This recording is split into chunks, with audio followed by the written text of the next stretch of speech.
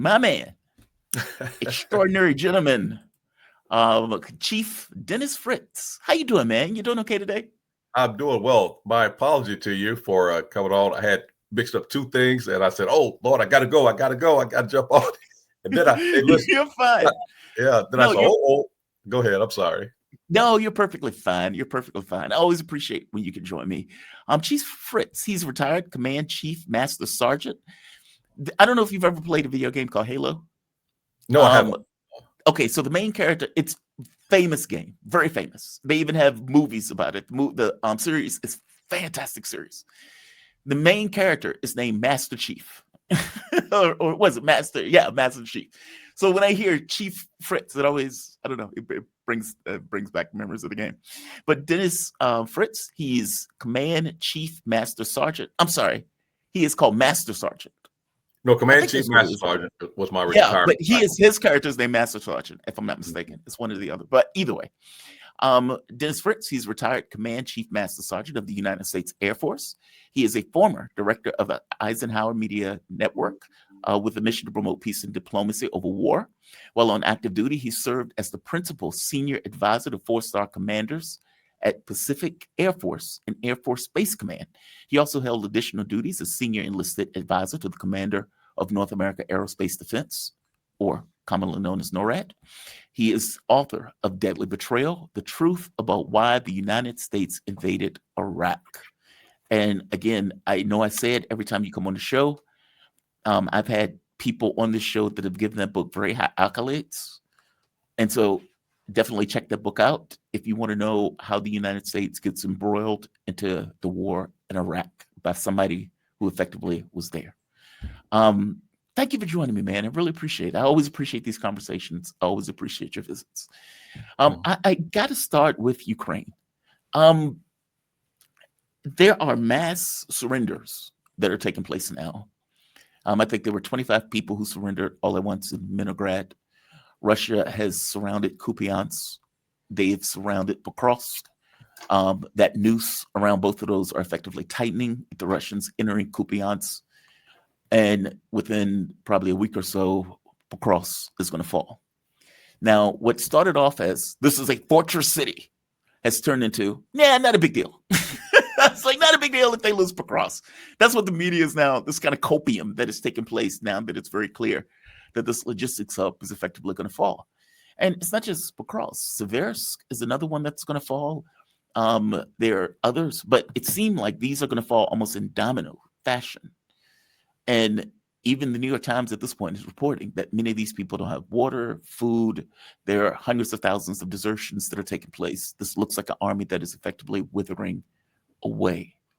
From your point of view, why can't, what is the leverage to compel, let's say, the US, and for that matter, even Europe, to bring this war to an end? Because I got to be honest, I haven't seen it. And I've asked many guests this question. And many guests who were gung-ho about, well, Trump is going to end the war. Trump is going to end the war. When I ask it in those terms, like, okay, well, what is the leverage for Trump to end the war? What is the leverage for Europe to end the war? They often come up with a blank. Do you have an answer for that? Well, Jamal, what I will tell you is that it's a policy that goes all the way back to the so-called Cold War with the Soviet Union. The goal is to now control the former Soviet Union, now Russia, by way of weakening Russia. Now, you can go back to some of the conversations that we've had in the past, and I'm on record going back a year and saying that this was a war of attrition, that Russia was going to do exactly what it is doing now. It could have went on and it destroyed the entire Ukraine, a while back. And in regards to the United States, their goal is to not necessarily stop the war. As you've heard, Trump has said in the past, I can stop this war in 2 minutes and so forth, even before he came into office. This war would have never happened if it wasn't for me. Where you've heard me say before, there are just forces out there that, particularly in the United States, if you look at Lindsey Graham, for example, stating that the grain in Russia, the energy in Russia, our oligarchs our billionaires here and in other places around the world under the guidance of the U.S. Goal is to control the entire world. That's not fabrication. That's fact. We want to make the entire world a capitalist, world, if you will. And who's on top of that capitalist world? The United States of America. Now let's go back. When you say, if we can stop this war, Congress can stop this war. Let's forget about Trump. Congress can stop this war. But when you have those that are funded by the military industrial complex, no, that's money. When we say we're providing Ukraine with weapons, well, guess what? Those weapons are made by us, and what? The military industrial complex makes money, who fund our Congress. So it's going to be hard for Trump, if you will, to stop this war, and they're going to continue until Russia actually takes over Ukraine. And then guess what? They're going to say, oh, this is Russia's deal all along. No, Russia's reason for the war, they were being surrounded by quote, quote, NATO.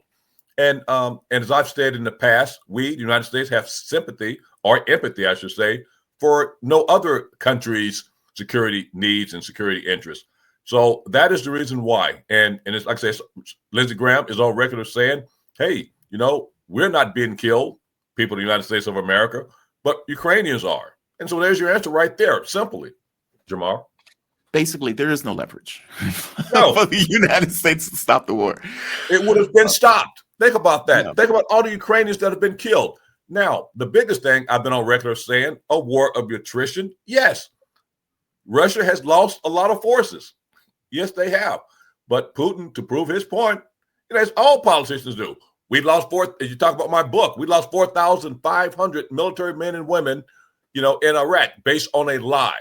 So think about that. So politicians, you look at the number of people that are dying in Russia, but by attrition, hey, they're willing to make that sacrifice for their quote, quote, security. Yeah, Russia went in with 150,000 troops, give or take. Right now, they had, I think it was like 3-1 disadvantage from the standpoint of the Ukrainian military to the Russian military, and they were able to take 20% territory. Right now, Russia has over 700,000 men with like 30 to 40,000 joining up, volunteering each month. Ukraine is in a deficit each month in regards to the number of people that are effectively joining, with God knows how many desertions that are taking place, hundreds of thousands. Right. This is not this is math at this point, right? This is not attrition. Even like, remember I said, war of attrition.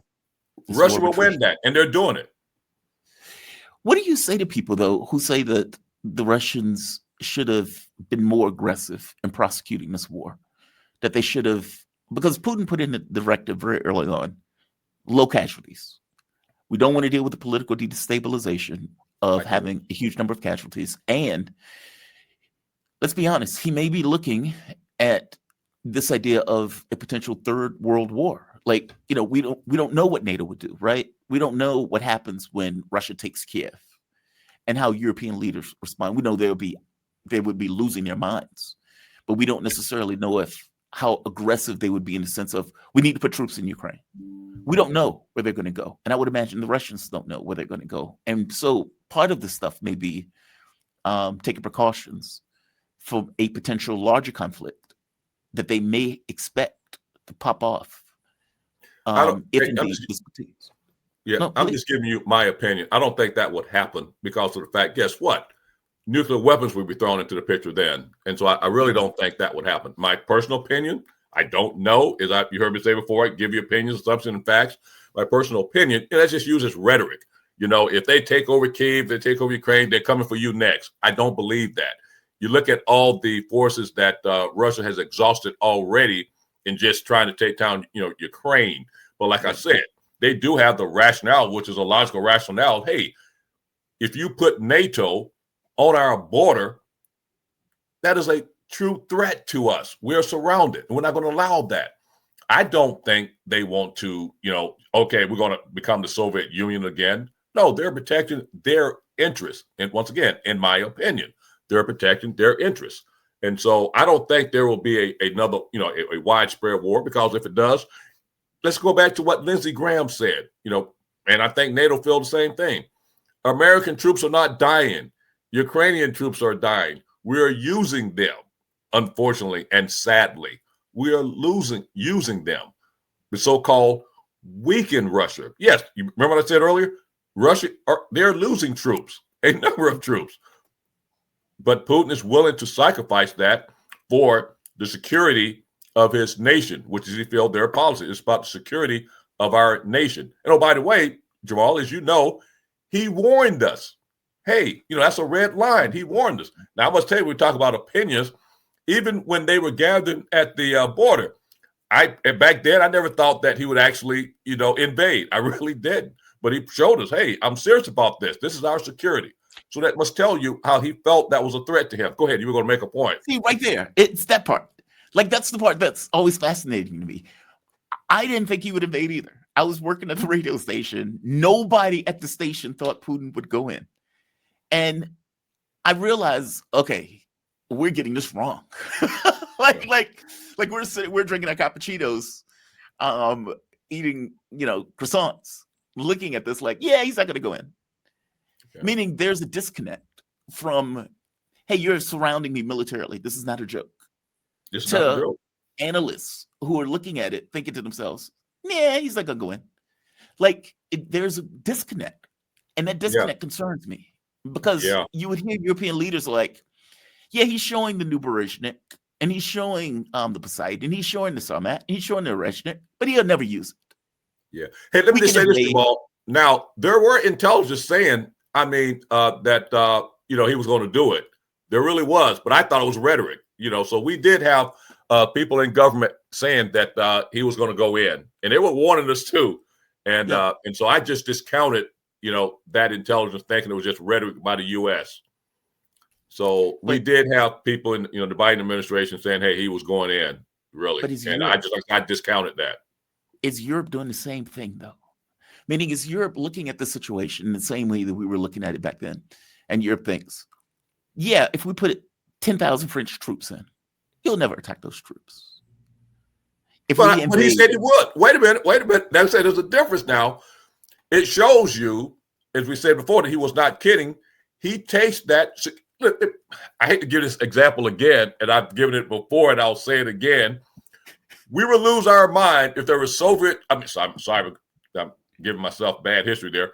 If there were Russian troops on our border in Mexico, hey, if we keep messing around with Mexico and all these other Caribbean countries, islands and so forth, we will see Soviet and Chinese troops on our borders. But if we had Russian troops in Mexico or Canada, we would lose our minds. We've already seen that in the Cuban Missile Crisis. So the Russians, I don't know why I want to keep saying the Soviet Union, but Russians, because it's reminded me of that because of the fact it all started with the Cold War, with us trying to weaken Russia, which we did. And what did we do? We went around and bragged, oh, we won the Cold War. There's no longer no Soviet Union. Okay, then you get Putin to come along, Russia, who loves his country. Okay, you want to brag? I will show you we love our country too. And guess what? Our security is important to us too. And so just look at it from that perspective, that when he said he was going to do this, he did it because he really felt their security. Now, I don't think, like I said, I think sometimes it's rhetoric. You have to put stuff on the table and say, hey, we're thinking about putting troops in Ukraine. Those troops will be destroyed. Now, going back to what you said, what got me started on this, if they do that, then this game is on. Okay, Russia's already said. It's almost like, let's use Israel, for example. What's good for the goose, good for the gander, as they say. Israel bombs Lebanon. They bombed Syria. When Assad was in office then, they said they were bombing them because weapons were coming in to them from Iran. Right. Likewise, Russia could use that as a precedent. Say, okay, we're going to bomb you in Ukraine, those troops. You're going to put those troops in harm's way. I don't think, Frank, they don't have no big military. They don't have no big, you talking about attrition. They don't have enough forces to lose, what they will lose.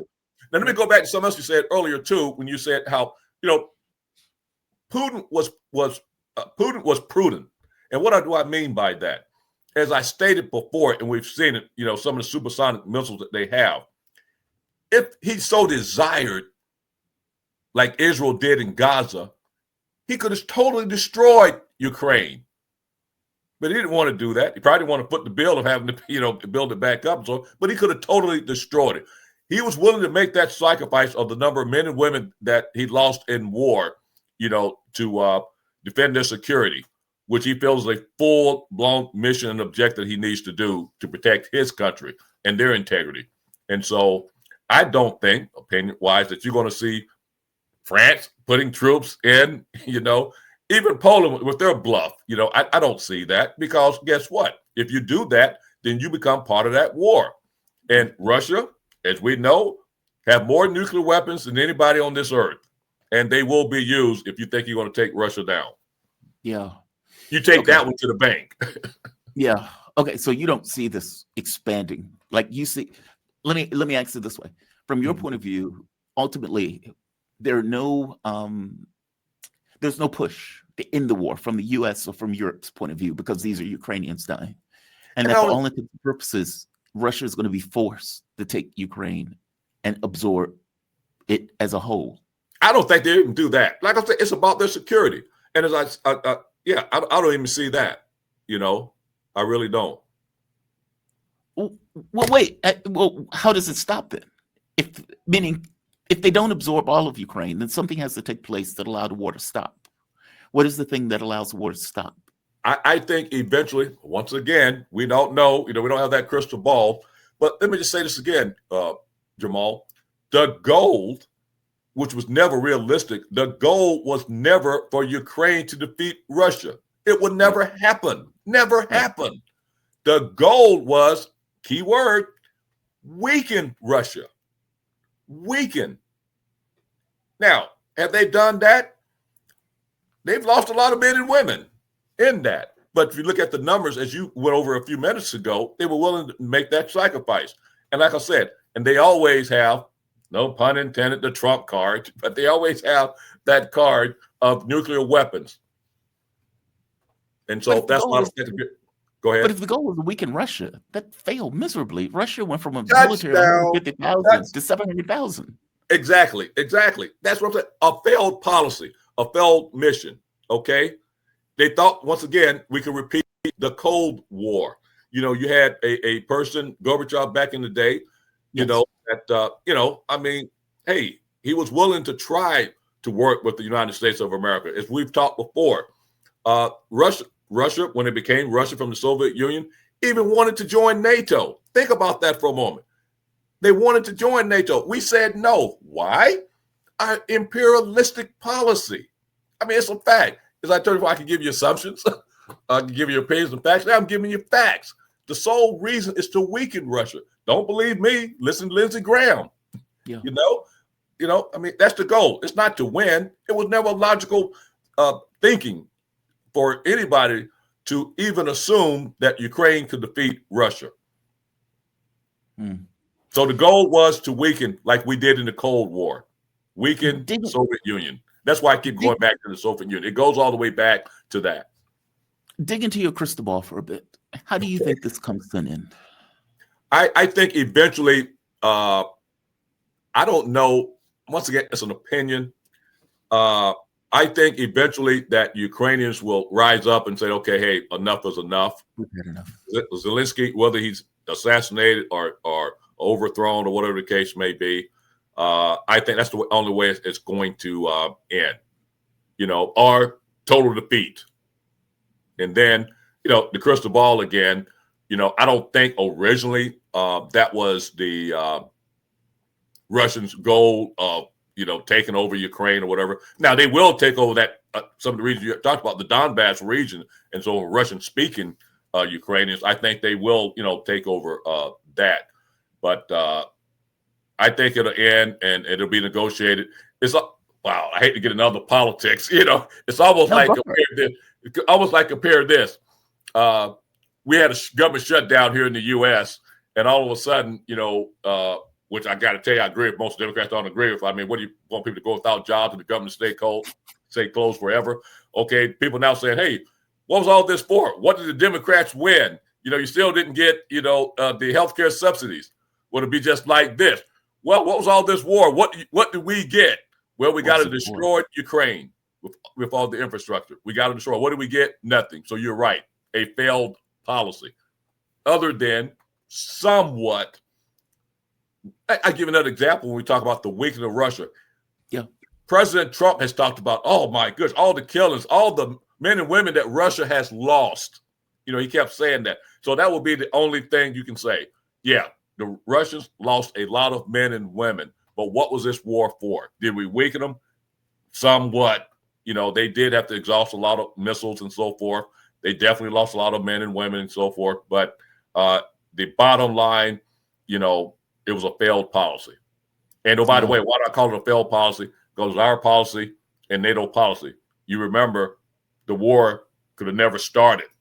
We sent a guy named Boris Yeltsin, whatever his name, over from, the UK to tell Zelensky, hey, no, we got you back. Continue on with this war. It could have never happened. But what do? We pushed the war once again to so-called weaken Russia, and Russia was not going to have no part of that. We'll show you that we are serious, as you and I talked about a few minutes ago, not thinking that he was going to invade, but that tells you how serious he was about the security of his nation. Yeah, Boris Johnson is talk about a trash human being. Yeah, I forgot his last name, Johnson. Thanks for helping me out there. No, you're perfectly fine. He comes in as like, hey, we'll back you to the hilt. We're not going to give you security guarantees if you sign some kind of deal with the Russians. Scuttle this deal, and 1 million dead Ukrainians later, hundreds of thousands of dead Russians later, here we are. And Ukraine's infrastructure, which can be destroyed totally at any time. Yeah, it's just what a catastrophe. Why was al-Jilani? Let's move to the Middle East for a bit. Why is al-Jilani, al-Shara, whatever you want to call him, why is he at the White House talking to Trump and defense officials and playing basketball with CENTCOM? Yeah, I saw that too. Just amazing. I reminisce. Unfortunately, in this political world, Jamal, in my days of being a senior enlisted leader, let's say for instance, I would have been an advisor to the CENTCOM commander. Unfortunately, I would have been out there playing basketball too. You'd have played. Yeah, that was when I used to go and visit the troops when I was in the Pacific and Space Command. When I would go out to the, would it be Korea, Japan, whatever. I always set up a basketball game with the troops. Did you? Always, everywhere I went, I was scheduled, and they loved it too. I got the chief. I'm gonna cover the chief, and that was one of my jokes. I remember I was out in Okinawa, Japan, visiting the troops, and they were in a NCO academy class, teach them how to be leaders. And I said, hey, I want to. Who are all the basketball players? I want to take them out and play some basketball. Let the chief take them to the hoop, if you will. And guess what? I won, and I had probably one of my best games ever. And so I talked about that class. I know we're getting away, but I talked about that class. I was a guest speaker for that class that night. And I my opening joke, as always, when you give a speech, you have to give an opening joke. And the opening joke was, hey, look, I failed as your leader. My job is to protect you, defend you, and support you. And I failed because I went out there and abused 5 members of your class. And everybody's all stand. What did I do? What did he do? What happened? I said, I had the nerve to take him out on the basketball court and whoop the hell out of him. But anyway, going back to what you said, yeah, unfortunately, if I would have been in uniform, if I had not retired or resigned after that fiasco at out here in not Fort Belvoir, but the Marine Quantico base when Headself brought all the generals and senior enlisted, that probably would have been my last job because I probably would have quit. In fact, I know I would have. But anyway, going back to what you said, yes, it's the politics of the world we play. You talked about my book a few minutes ago, Deadly Betrayal, which is over my shoulder. You will see in there, once again, the goal. I know so I'm going to help you understand this and your audience understand this. All these wars in the Middle East, when we talk about us, having our imperialistic views, all these wars in the Middle East are all about Israel. Israel, Israel, Israel. So I am not surprised what is happening. Why? Because at the time, Assad was the enemy. They wanted to get rid of Assad because he would not deal with Israel. He will not deal with the United States of America. So you get this guy who, by the way, we were funding, if you will, and he defeats Assad. He becomes the leader. Now we got the person that we can talk with. even though in the early beginning, Israel was still bombing Syria. But so, no, I'm not surprised. I'll give you another example for your audience to take a look at. If you go back and Google this, you will see that we went to war. We eventually removed Saddam, but there are pictures out there with Saddam when Saddam and Iraq was fighting Iran, where former, at the time, Secretary of Defense Rumsfeld was over holding hands with Saddam. In fact, they were looking at a gun together. That picture's still out there. Saddam was a friend. Then he became the enemy. Why? Israel, Israel, Israel. So how did this tie in?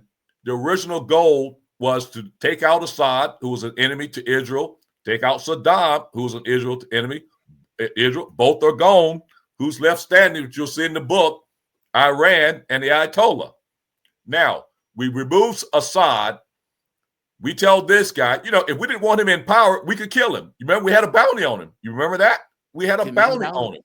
Yeah. So guess what? The goal, the objective is to find a friendly leader in Syria on behalf of Israel.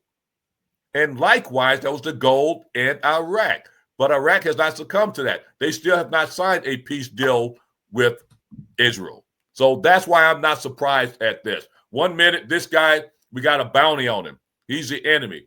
The next minute, he does our bidding. He defeats Assad. Now we will reward him. And by the way, I think, if I don't remember, I know in decades, I don't think we ever had a Syrian, leader ever in the White House, at least for decades. And so, hey, that's his reward. He defeated our enemy, Israel's enemy, Assad, who's now in Russia. Well, he was sitting there with Petraeus. Petraeus was like, "Hey, are you sleeping okay? You look a little thin, buddy." Oh, yeah. That was the beginning of you. Yeah. Oh, we love you. Yeah. Hey, you all right? That's just mind-blowing to me. Well, hey, listen, Jamal, you got to understand our strategy and goals are imperialistic control. We have a friend in him now. Why? He took out the guy that we could not control, Assad. But many people believe that they were never the enemy. And you get a lot of people from the Middle East who would say, Syria? Yeah, like that's a fact. No. Assad, yes. It was being I'll give you the classic example how this stuff works. There's somebody named Gabby that's running all our intelligence right now who met with Assad in Syria. You remember that? Yeah. Yeah. And so there's many people that didn't see, but it's all about Israel, Jamal. Okay? We couldn't control Assad. And so that was the only thing we had against Assad. Listen, I'll say one other thing. None of these folks, whether it be, and I'm just getting tired of all the rhetoric now, Saddam was no threat to us.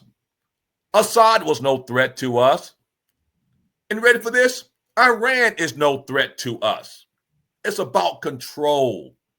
And so because they will not succumb to us and our pressures, we're going to take them out. Regime change, what give us the right and authority that we can go in Venezuela and control and do regime change? Likewise, I'm on this bandwagon now, fool us once.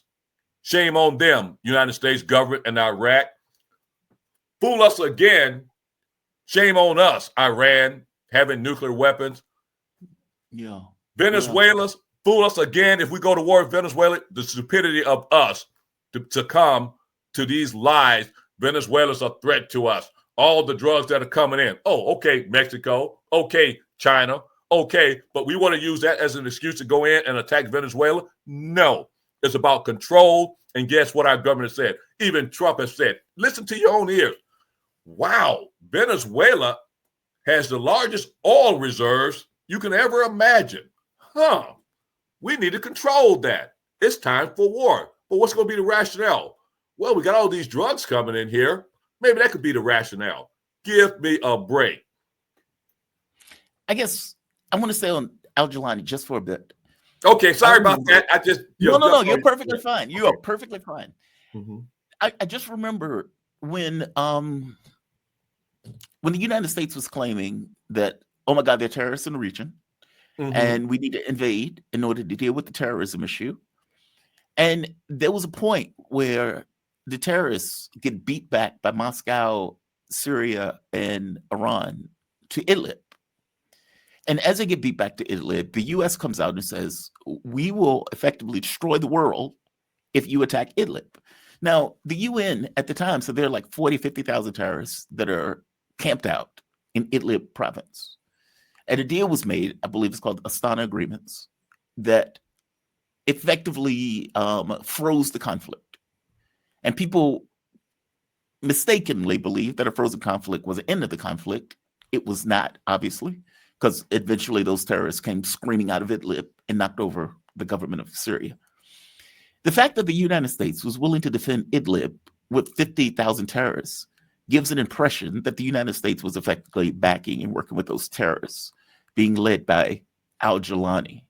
Meaning, was al-Jilani really an enemy? Was he really somebody that the United States was against? Or was he our guy? Hey, listen, here's how I try to explain things. I try to use examples. And let me just go back and say, sometimes we can assume, that your audience or any audience understand everything that we're saying. There's some that listen to you and understand foreign policy. And when we were talking about Assad, for some of your audience may not, Assad used to be the leader of Syria, okay? Yeah, right. Now, with that said, I'm just giving you a clap example to use as an example for your audience to say this is not unusual. 2 examples. What's best in our interest for our imperialistic goals? We once supported and funded bin Laden. Mm-hmm. Think about that for a moment. Let that be for your audience a fact, not an assumption, an opinion. We funded him against the Soviet Union and Russia at the time. Let's take a look at Israel. Through Qatar, Israel helped fund Hamas. Think about that for a moment. So, as I stated earlier, we supported Saddam over Iran. And so none of this is a surprise. We will fund and do anything that will meet our strategic goals and our financial goals. And so we create enemies. Then we make them friends if they're going to succumb to what we want out of them. So no, this is not a surprise at all. That's how we operate. So I gave you 2 examples. Bin Laden, allegedly the leader that destroyed and was part of 9/11. Previous to that, we funded him. We supported him. Hamas, Qatar, Israel funded Hamas. Now they became the enemy. Always the enemy, out front, but we were funding them. So no, that is no surprise to us. We got the guy in Syria now that we can work with. Hopefully will become, which I don't see, like in Iraq, I doubt that would ever happen. But of course, they want to somewhat try to force him to become a part of the Abraham Accords and so forth. And so we'll see what happens. So that was his reward coming to the White House. No surprise to me. Our people need to understand that's how our foreign policy work. Let's move to Venezuela for a bit. I want to play a clip for you. This clip came out before these attacks took place by the Trump administration. Listen to what she says here. This is it's astonishingly honest. And I always say I like to know my monsters. Like, meaning I prefer the honesty of it as opposed to the hiding and everything else. She says the quiet part out loud. You have heavy crude. It's so rich in resources. It's off the charts rich. And they have a lot to be proud of. And our competitors and adversaries also know how rich in the resources that this region is. 60% of the world's lithium is in the region. You have heavy crude. You have light sweet crude. You have rare earth elements. You have the Amazon, which is called the lungs of the world. You have the 31% of the world's fresh water. It's so rich. She's talking about Venezuela, by the way. Mm-hmm. And she is effectively saying the quiet part out loud. Like, and at one point, she points out it is a national security issue for the United States to to secure those resources of someone else's country, which is mind blowing. Like you said, they're like, what? Say that again? Like, how are you arguing that it is national security for the United States to secure the resources in somebody else's country? Can another country say that? Can China say, hey, it's the national security of China to secure the United States natural resources? We don't like the fracking. It is in the genes of the United States of America that they inherited from the United Kingdom. Okay? It is in our genes. We're supposed to control everything. Likewise, I'll go back. It should not be no surprise to our people. It's open. Our eyes should be open now. You know, we should be woke, if you will. It goes all the way back to Smedley Butler, the Marine general, for your audience, who told us that was his mission. I was not defending my country. You know, I was going out there and taking those resources for our companies. Okay. Yeah. She said the quiet part out loud. So did Trump. So did Lindsey Graham. When you talk about Ukraine, look at all those resources. Oh, by the way, you remember when Zelensky came, we want all their minerals in order to give you peace guarantee, security guarantees. You remember that? That was part of Zelensky. We want all your minerals. Okay. Anytime we're getting ready to go to war, just think about minerals. Just think about energy. Think about that. Let's look at Africa, for example. You know, now we want to go into Nigeria. Why? Oh, well, they're killing Christians. Well, look what's happening in Israel. Christians are spitted on. That's a fact again in Israel. Okay? Why? We want to control Africa. Why? Because guess what? Africa is the richest continent on this earth. Not their people, but the resources they have. It's in our genes. Not your and my genes, but the genes and the makeup of the United States of America, which they inherited from the United Kingdom. And that's what it's all about. Any of these wars, you take this to the bank, whether it be the Korean War, whether it be the Vietnam War, definitely Iraq War, never about the defense of our country. Think about this. I ask your audience once again to use your own minds. What country in this world, other than China, based on attrition, it's what's happening between Ukraine and Russia, can actually invade our country? The only way somebody can invade our country is by nuclear weapon. It won't be an invasion. You know, it'll be, just mass killing then. No country right now can invade our country. None. The only reason I said possibly China because they have 1 billion people, attrition.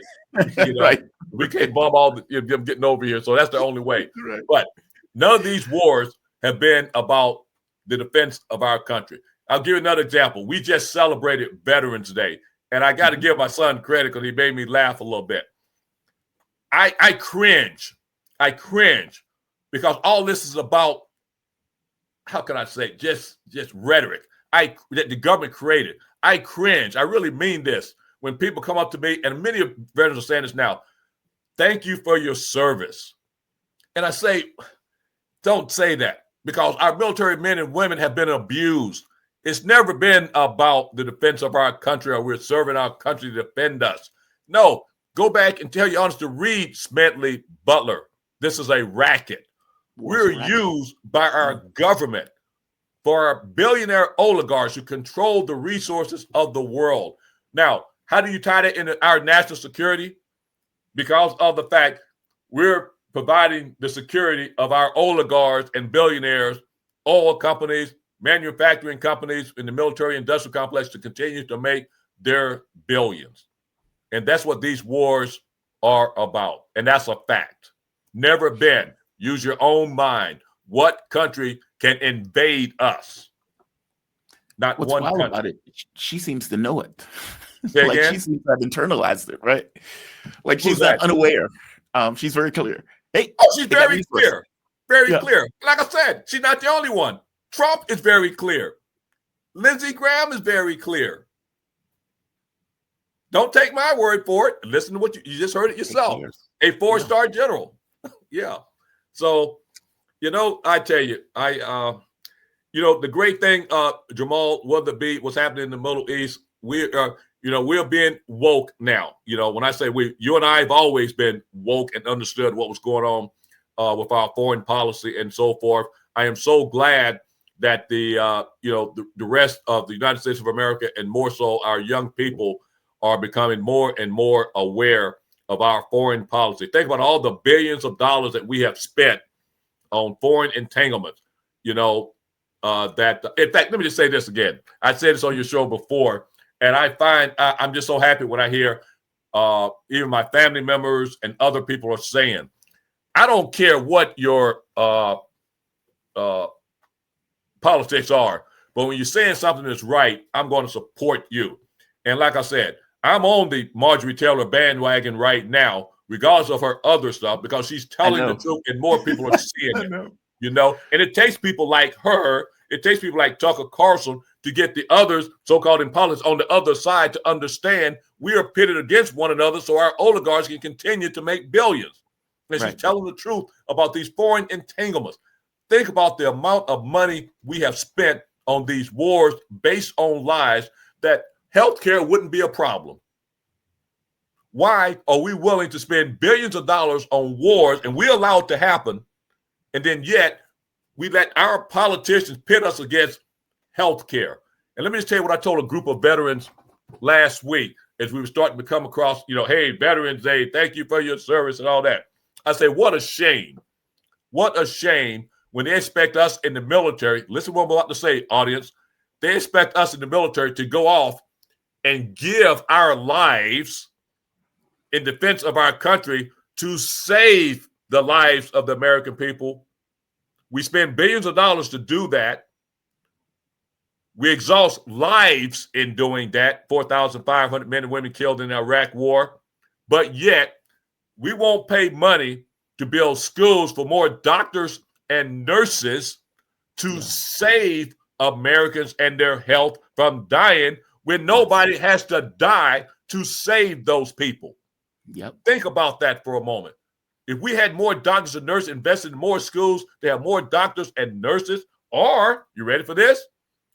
Legal immigrants as doctors and nurses to come over here, it will be less than all the billions of dollars we're spending in war, and we'll not have to sacrifice any doctor's life to save a fellow American citizen.